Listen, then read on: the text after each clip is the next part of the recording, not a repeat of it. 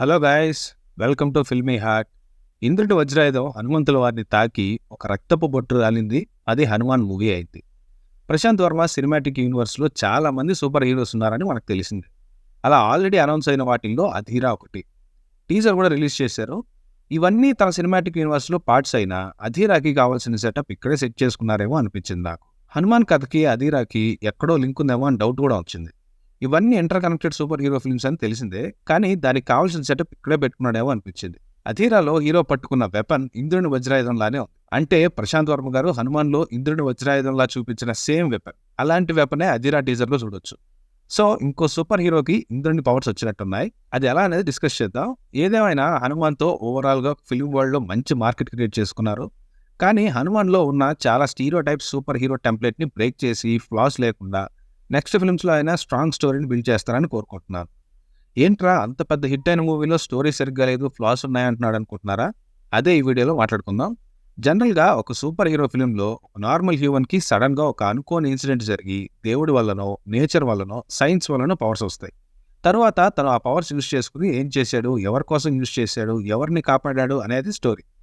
ఇక్కడ ఆ protagonist, antagonist back స్టోరీని ఎంత బాగా డిజైన్ చేసుకుంటే తర్వాత ప్రొసీడింగ్స్ అనేవి అంత న్యాచురల్గా వస్తాయి.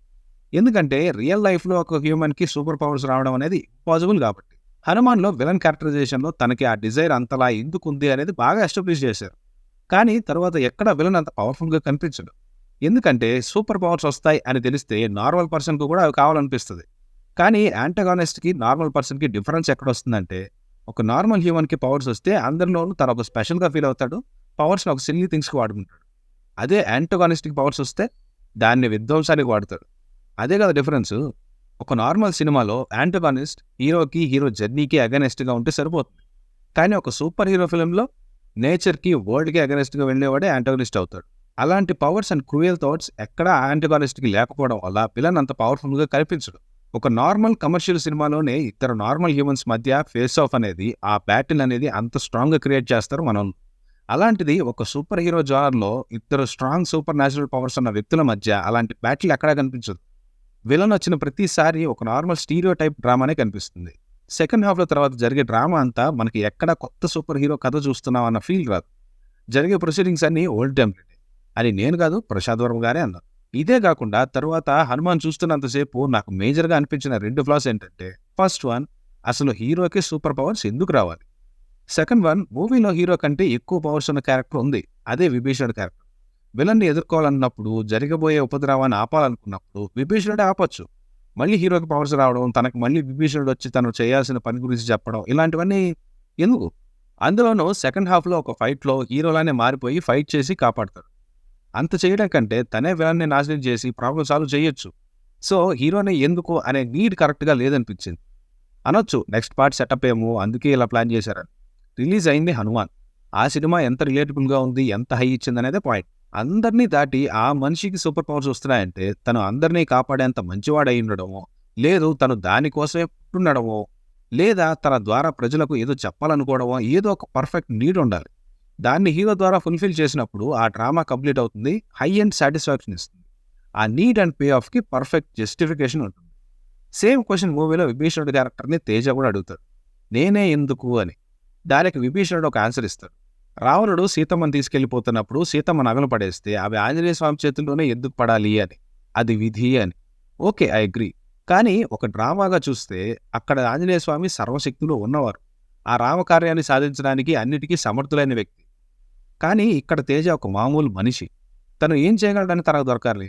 ఆ నీడ్, రీజన్ లేకపోవడం వల్ల ఏ ఇంపాక్ట్ లేకుండా ఒక యాక్సిడెంటల్ సూపర్ హీరో అయిపోయాడు. ఆ నీడ్ కనుక ఉండుంటే తనకు ఆ మనీ దొరికేటప్పుడు ఇప్పటికంటే ఇంకో రేంజ్ అయి ఉండేది. తనకి కావాల్సింది చాలా అవసరమైంది, ఇప్పుడు తనకు దొరుకుతోంది అన్న హై ఉండేది. ఆ డ్రామా చాలా ఫుల్ ప్యాక్డ్గా, స్ట్రాంగ్గా ఉండేది, ఎమోషనల్గా వర్కౌట్ అయ్యేది. బట్ ఇక్కడ ఎమోషనల్ ఇంపాక్ట్ ఇవ్వడానికి సిస్టర్ డెత్ని మాత్రం యూజ్ చేసుకున్నారు. విభీషణుడు హీరోకి తన కర్తవ్యం గురించి చెప్పేటప్పుడు అప్పుడైనా ఒక రీజన్ చెప్తారేమో అనుకున్నా, బట్ లేదు.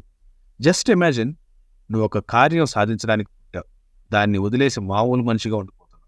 నీ జన్మ వేరు, నీ గమ్యం వేరు, నువ్వు ఎదుర్కోవాల్సిన ఉపద్రవం మిగిలింది, పూర్తి చేయాల్సిన కార్యం ఎదురు చూస్తోంది అని తన పాస్ట్ లైఫ్లో ఇలా ఉన్నావు, ఇలా ఏదో మిగిలిపోతున్నావు, ఏదో ఒక మిగిలిపోయే పనిని క్లియర్ చేయాలి అని చెప్పుంటే అప్పుడు తను ఆ పవర్స్కి డిజర్వింగ్ పర్సన్ అయ్యేవాడు. అప్పుడు ఇంకా ఎలాంటి హై ఉండేది, ఎంత ఎంగేజింగ్గా ఉండేది. ఇదే అని కాదు, ఇలాంటి ఒక పర్ఫెక్ట్ రీజన్ ఉంటే స్టోరీ ఇంకా డెప్త్గా ఇంపాక్ట్ ఇచ్చేది. ఇలాంటి స్ట్రాంగ్ డ్రామాని బిల్డ్ చేయలేదు అనిపించేది. క్లైమాక్స్ అండ్ ప్రీ క్లైమాక్స్ కూడా జంప్ కట్లా వెళ్ళిపోతుంది. క్లైమాక్స్లో కూడా హీరో విలన్ ఫేస్ స్ట్రాంగ్గా ఉండదు. హనుమంతుల వారు వచ్చాక అది వేరే రేంజ్, దాని గురించి చెప్పక్కర్లేదు. ఇలాంటి ఫ్లాస్ని అధీరాలో లేకుండా పక్కాగా వస్తారని ఆశిస్తున్నా. ఇక హనుమాన్కి అధీరాకి లింక్ ఏంటంటే ఆ వజ్రాయుధం. ఇంద్రుడు విసిరే ఆ వజ్రాయుధం అధీరాలో యాజ్ ఇట్ ఈస్గా సేవ్ ఉంటుంది. అధీరా బ్యాక్గ్రౌండ్ స్కోర్లో కూడా ఇంద్ర, దివిజేంద్ర, దిక్పాలకేంద్ర అని ఇంద్రుడి గురించి, వజ్రాయుధం గురించి లిరిక్స్ ఉంటాయి. అంటే అధీరాకి ఇంద్రుడి పవర్స్ వచ్చాయన్నమాట. అంటే థండరింగ్ అండ్ లైట్నింగ్, ఈ పవర్స్ వచ్చాయన్నమాట. బట్ ఆ స్టోరీని హనుమాన్ సిచ్యువేషన్కి లింక్ చేస్తారా, లేదా కొత్త మైథాలజీ రెఫరెన్సెస్ తీసుకుంటారా అన్నది చూడాలి. దదీచి మహర్షిని ఇంద్రుడు తన వజ్రాయుధం తయారు చేసుకోవడానికి తన బోన్స్ కావాలని అడిగినప్పుడు తన లైఫ్ సాక్రిఫైస్ చేస్తే దదీచి మహర్షి బోన్స్తో వజ్రాయుధం చేశారని మాకు తెలిసిందే. కానీ అధీరా టీజర్లో చూస్తే చైల్డ్హుడ్ నుంచే తనకు పవర్స్ ఉన్నట్టు చూపించారు. సో తనకి బై బర్తే ఆ పవర్స్ వచ్చినట్టున్నాయి, అది తనకు కూడా తెలుసు అనిపిస్తోంది. బట్ ఆ పవర్స్ తనకి రావడానికి జస్టిఫికేషన్ ఎలా ఇస్తారో చూడాలి.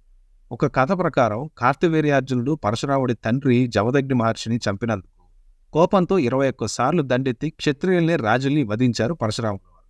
ఆ సమయంలో కొంతమంది క్షత్రియుల పిల్లల్ని దదీచి మహర్షి హింగ్లాజదేవి గుడిలో దాచిపెట్టారని, పరశురాముల వారి నుంచి రక్షించడానికి హింగ్లాజదేవిని ప్రార్థించారని చెప్తారు. ఇది చరిత్ర.